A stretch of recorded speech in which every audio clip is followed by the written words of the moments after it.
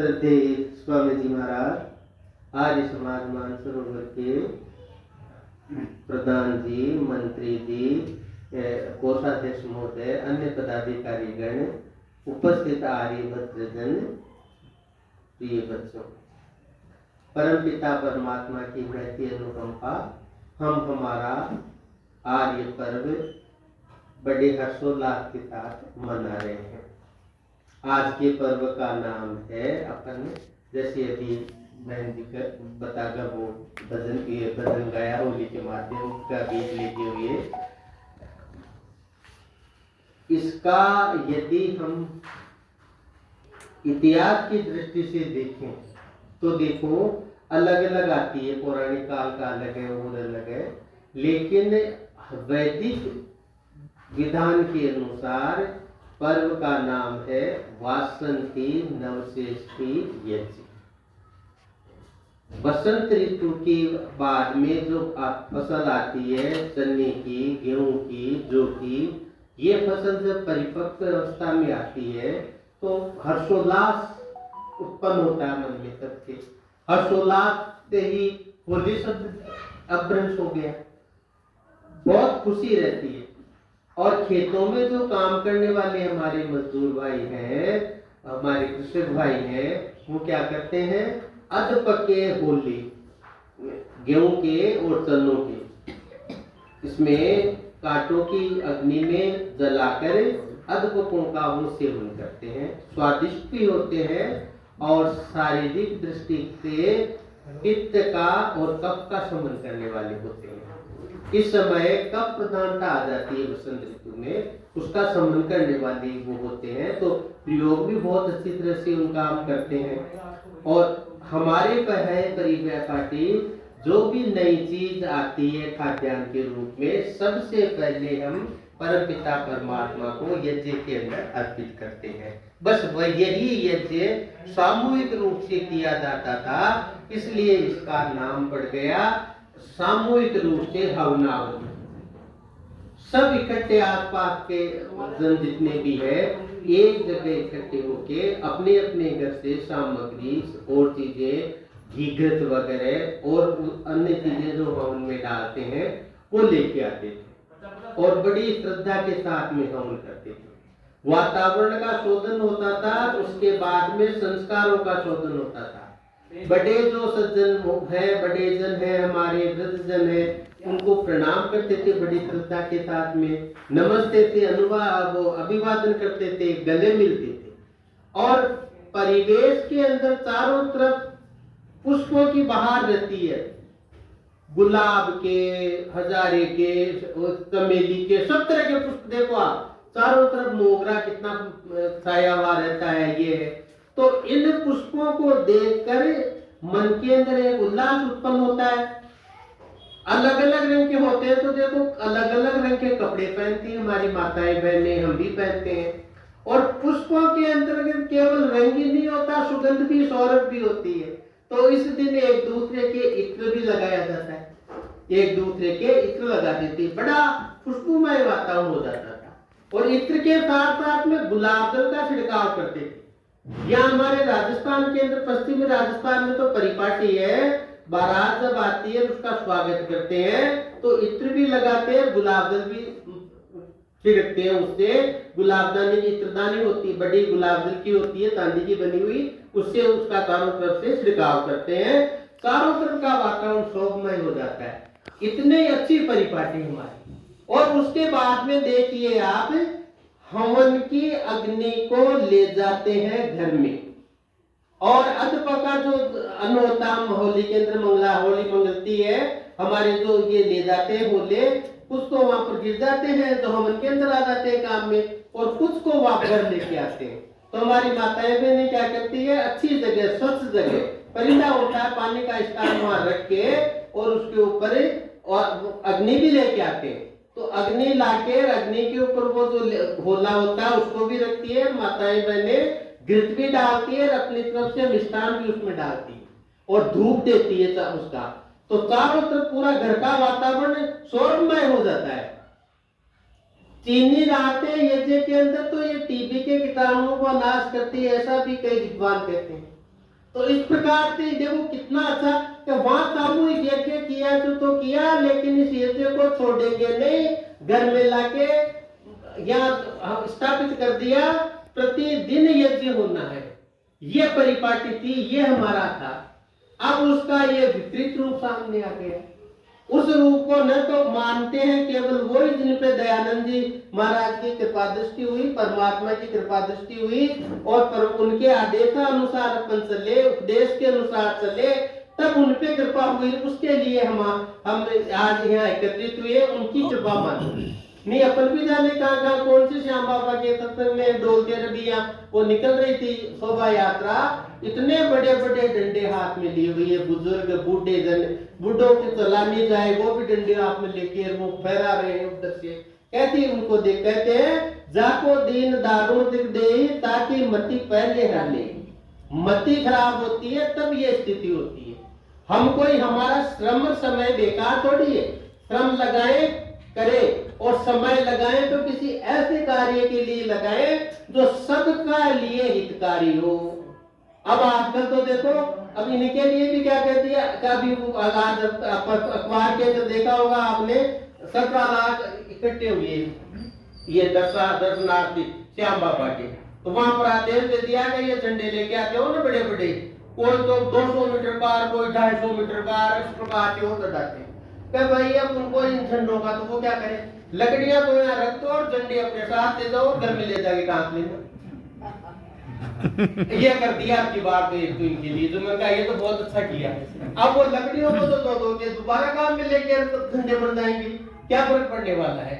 और ये दाल है ऐसी कुरीतियां और भंडारे लगे हुए हैं, जैसे शादी ब्याह में भंडारे लगाते हैं बच्चे, भंडारे लगे हुए हैं। अब इसका दुष्परिणाम क्या होता है, न श्याम बाबा को जाने, न भाई श्याम बाबा कौन था, क्या था, पूजने से क्या हो जाएगा, ढोक देने से क्या हो जाएगा, नहीं, किसी से कोई मतलब नहीं। भक्त श्याम भक्त हो गए सारे के सारे और नाच रहे हैं खूब अच्छी तरह से, वही तो खाना पीना सारा वही काम सब हो रहा है। लेकिन इसका दुष्प्रभाव क्या पड़ता है, अगर वहां कुछ वैदिक रूप से समझाते, श्याम बाबा के बारे में समझाते, अन्य के बारे में समझाते, हमारी जो ये है वर्तमान की समस्याएं उनके बारे में समझाते तो ध्यान पड़ता। अब देखो उसका दुष्परिणाम उस अखबार में था, बीकानेर के अंदर 8th क्लास की बच्ची परीक्षा देने के लिए जा रही थी, 8वीं की बच्ची, और ये श्याम भक्त 15 एक बच्चे थे वहां पहले श्याम बाबा खाटू जाके आए थे, तो पहचान क्या कर सबने धोखे डाल रखे श्याम बाबा के, और उस बच्चे के साथ रेप किया रास्ते के। अब उसका पता नहीं लगा, और उसके बाद के अंदर खोज हुई, जब वो उनमें से ये कोई था वो श्याम भक्त जिसका वो गिर गया था बैठल, वो किसी को मिल गया, तो किसने कहा ये किसका है, तो वो ये तो जाना नहीं भाई क्यों, तो ये मेरा उसे पता लग गया कि ये है, और पुलिस ने पकड़ा। ऐसे से ये गति खराब होती है हमारी। कहते हैं आपका क्या लिया भाई, ये ऐसा होगा अगर नहीं मानोगे, वेद की परिपाटी का उल्लंघन करोगे तो ये परिणाम भोगने पड़ेंगे। अगर उन बच्चों को, नवयुवकों को अगर सदाचार की शिक्षा देते, वेद की शिक्षा देते, अनुशासन की शिक्षा देते, और ये कहते कि देखो हमारे ये कहा हुआ वेद में, एक जो परिणीता आ जाती है शादियों के ब्याह घर में, वो तो पत्नी के रूप में रहती है, उसके अतिरिक्त छोटी तो बहनें बेटियों के सदृश है और बड़ी माँ के सदृश है। ये हमारे था, ये अगर उपदेश होते तो ये ऐसी बातें होती नहीं, लेकिन वहां तो वो नाच होते।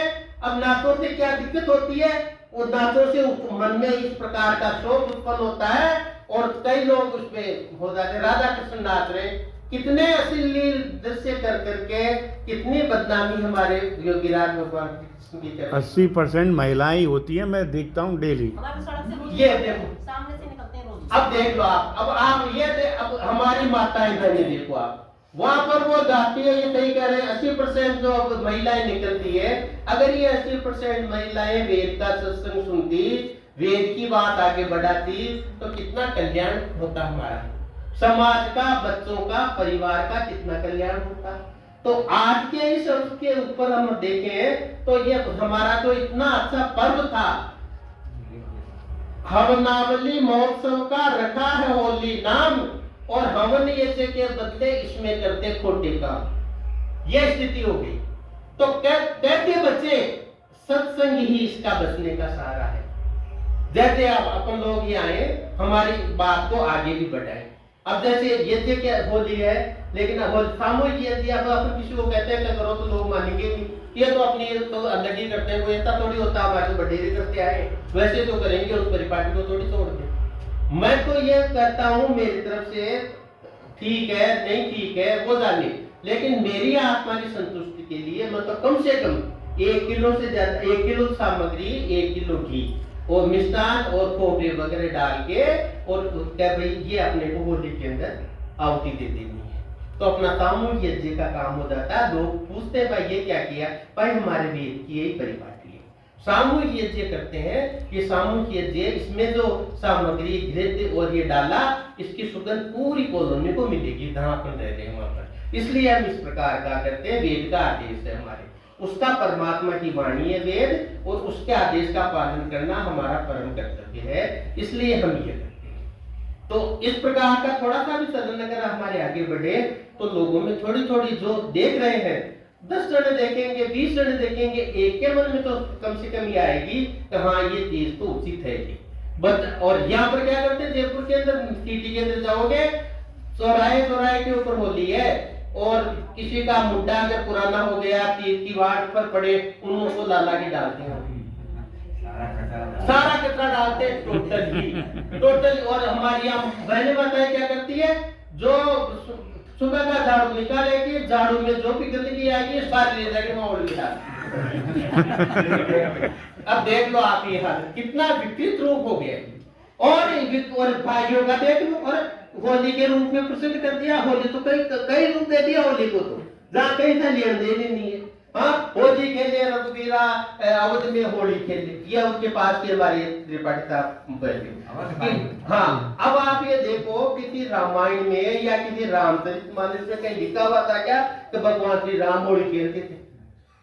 होली, हाँ, और होली खेले रघुवीरा गाने गा रहे हैं। वो अमिताभ बच्चन जो बहुत बड़े, उनको कहते हैं कि बड़े कलाकार, महान कलाकार, ये कलाकारों की स्थितियां देख लो क्या होगा बिना। इसीलिए तो ऋषि ने कहा ना, किसी भी बात को करने से पहले उस पर विचार करो कि ये करने योग्य है या नहीं, पूरी जानकारी लो। लेकिन हमारे यहाँ क्या कहते हैं, ये कह रखा है सारे कथावाचक के सारे हमारे ये कहते हैं, देखो सत्संग में जा रहे हो ना, 2 बातें याद रखना, एक तो चप्पल बाहर उतार के आओ, और एक अकल बाहर रखे जाओ, आओ उसके बाद आना सत्संग में आना, नहीं तो कोई सत्संग का फल नहीं है सुनने का। 2 चीजें बाहर रखो, चप्पल बाहर, अकल बाहर। तो पूछे भाई ये चप्पल तो बाहर इसलिए रखते हैं गंदगी आ जाए बाहर की लगी हुई, और अकल क्या, अकल दिमाग में आ जाएगी तो तर्क करेगा, तर्क का उत्तर उनके पास में है नहीं, उनको तो कितना को बनाना है, तो अकल का वो क्या करेंगे। अब अकल के लिए बाहर को बताऊं आपको इसका क्या दुष्प्रभाव पड़ता है। कल देखा था मैंने इसमें टीवी के ऊपर ही, बीकानेर के अंदर हर्षोल्लास के साथ में होली पर्व मन रहा है, और वहां पर वो गाने के लिए बैठे हैं, वो ये कानों में डाल देते हैं ना, ये अपने मुर्गी यहाँ ये कटफोड़े होते हैं कान में, ये आदित्य योगीनाथ वो है ना मुख्यमंत्री यूपी वाले, यहाँ डालते हैं, वैसे डाले कटफोड़े होते हैं, वो गोरखनाथ के चेले, वो नाथ संप्रदाय के, तो नवे बिल्कुल नवयुवक सन्यासी भजन गा रहे हैं, और नाच कौन रहे हैं, मंत्री राजस्थान के, 2-2, 3-3, और बड़ा मतलब बहुत बड़ा फंक्शन हो रहा है, और कितने हजार आदमी बैठे हैं, नाच रहे हैं, माताएं बहनी बैठी। राजेंद्र राठौड़ नाच रहा था। तो कल एक कोई बच्चा था, तो वो मेरे को ध्यान है, वो घर पे आया था, तो वो कह रहा था कहने मैं बांसुरी बजाना सीख रहा हूँ, तो वो आ गया वहां पर, तो वो भजन चल रहा वहां, तो मैं कह रहा इधर आ करके, मैं इनको सुनिए क्या ये क्या बोल रहे हैं। तो वो बैठा, तो वो क्या भरतपुर साइड का है, तो भरतपुर साइड में हिंदी खड़ी बोली जाता है, और इधर पश्चिम राजस्थान के अंदर प्योर मारवाड़ी, तो थोड़ा सा डिफरेंस है।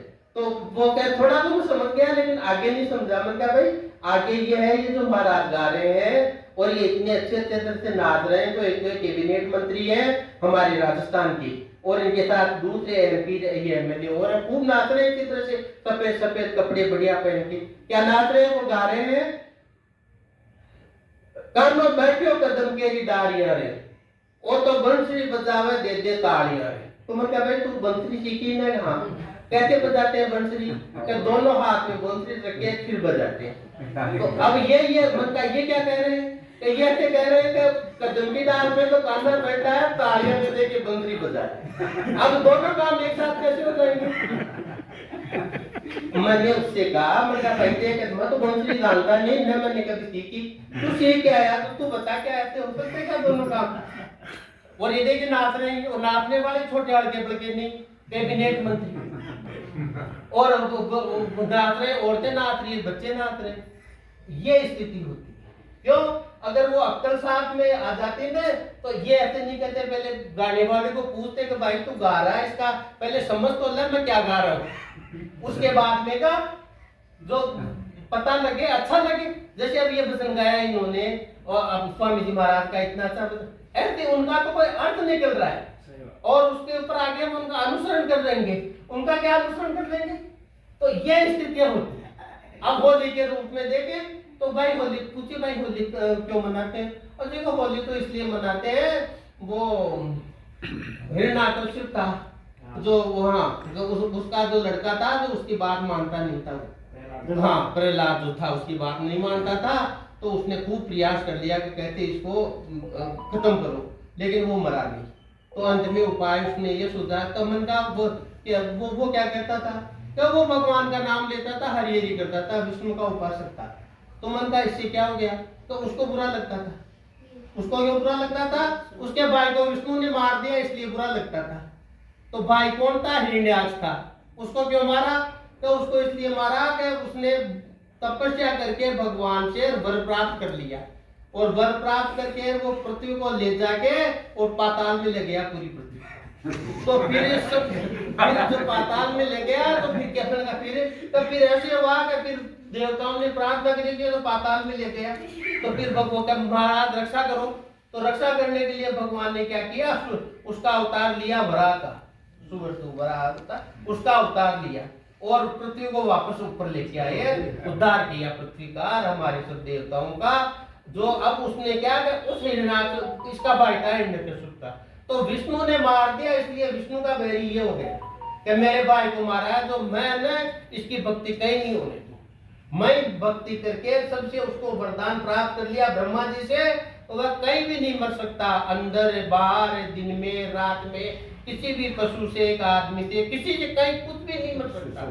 ये वरदान प्राप्त कर लिया और अब वो ये चाहता है कि बस पूरी इंद्र की गद्दी में हथिया लूं और इनको सब देवताओं को हटा दूं, ये चाहता है इसलिए। और लेकिन अब दिक्कत क्या हो गई कि दिक्कत ये प्रहलाद हो गया उसका लड़का, और सब तो उसकी बात मानते हैं लेकिन ये लड़का ही नहीं मानता इसकी बात। तो ये तो अब क्या करेगा? ये तो चुपके चुपके लेता है भगवान का नाम, हरि हरि करता है।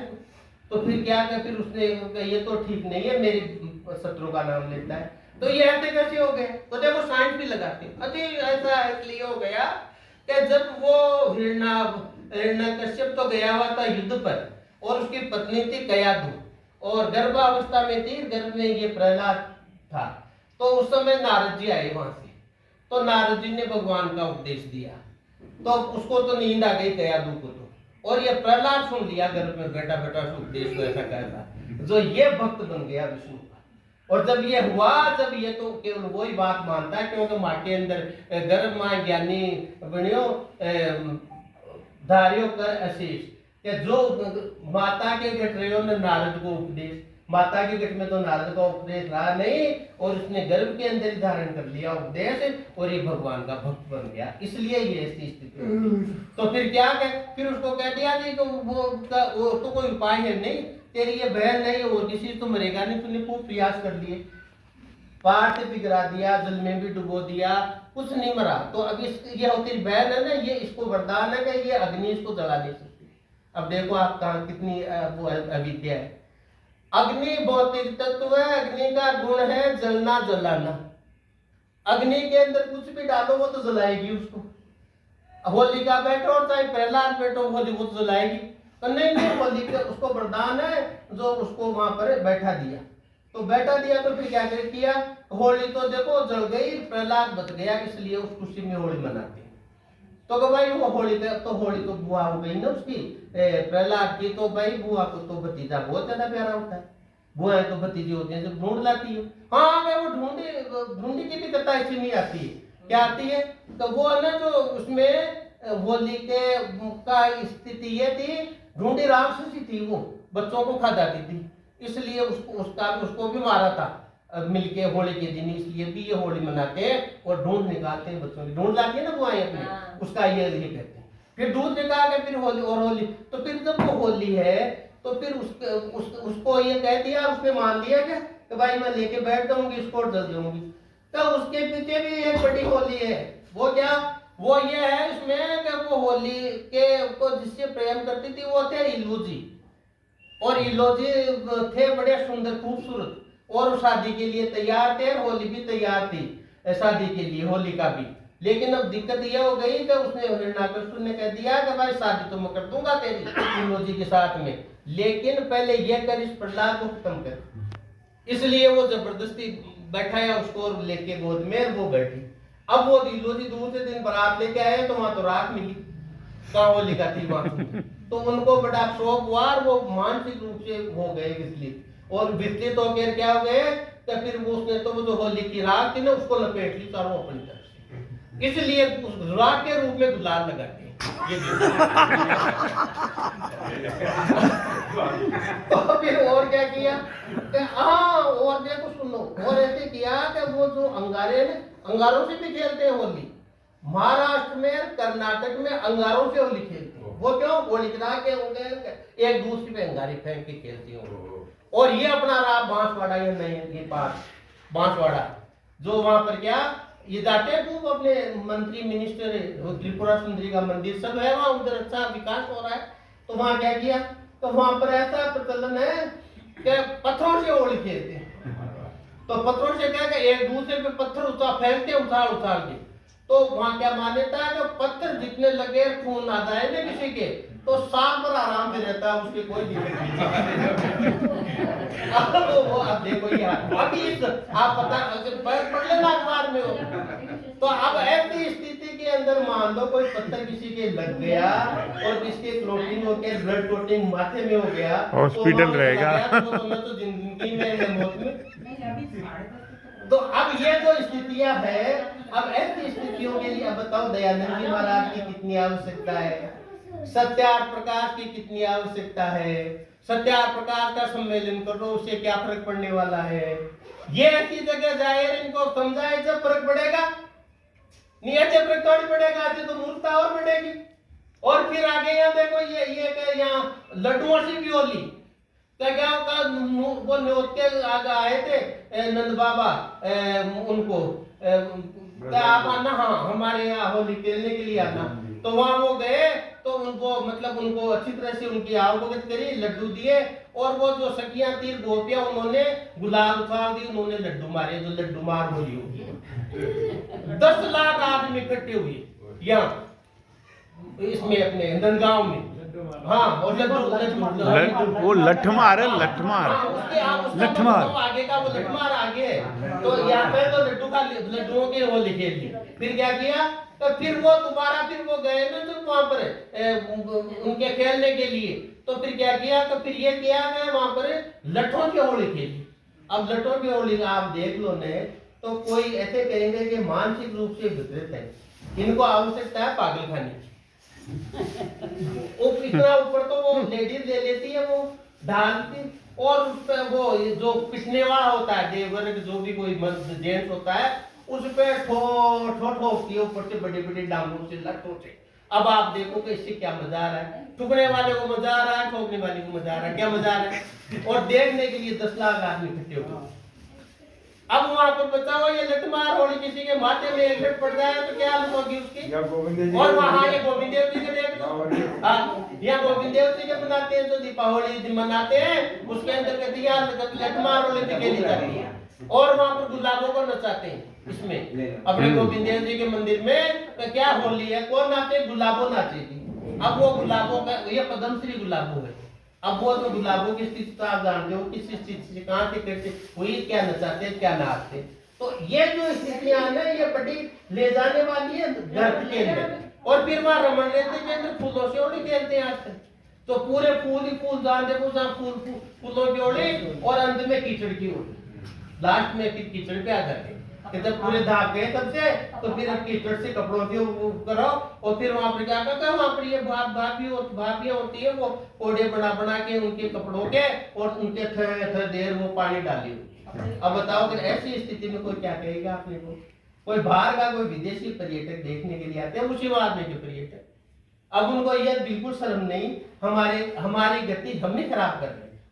मुसलमान ईसाई फिर हमारे पे क्यों नहीं सही, कपड़े ही फाड़ देते हैं। हाँ कपड़ा फाड़, बिल्कुल कपड़ा फाड़ हो रही है, वो जरूरी है, वो तो कपड़े नहीं पड़े तो मजा ही क्या है। और वो क्या करेंगे, engineering medical college IIT college के मैंने देखे वीडियो, ये बेटे गुप्ता साहब पूछ लो इनको, वो बच्चे वहां कादे के अंदर लोट के कपड़े फाड़ के होलियां खेलते। अब होली का इतना अच्छा भी अपन ने बताया, वो चीज तो रही नहीं और ये चीजें आ गई तो दुख भी होता है। भाई हमारी ये जो नई संस्कृति आ रही है, नई हमारी युवा पीढ़ी आ रही है, ये क्या संस्कार दे रही है और इन संस्कारों से वृद्धों को तो क्या लाभ हो जाएगा, जवानों को क्या लाभ हो जाएंगे, बच्चे क्या सीखेंगे उनसे, किसी को इसकी परवाह नहीं। और केवल एक ये किया हुआ है। तो देखो टाइम तो मेरा होने वाला है, तो मैं फिर यही कहूंगा, परमात्मा से प्रार्थना करता हूँ कि हे परमपिता परमात्मा हमारे को सद्बुद्धि दो, हमारी गति सदगति हो।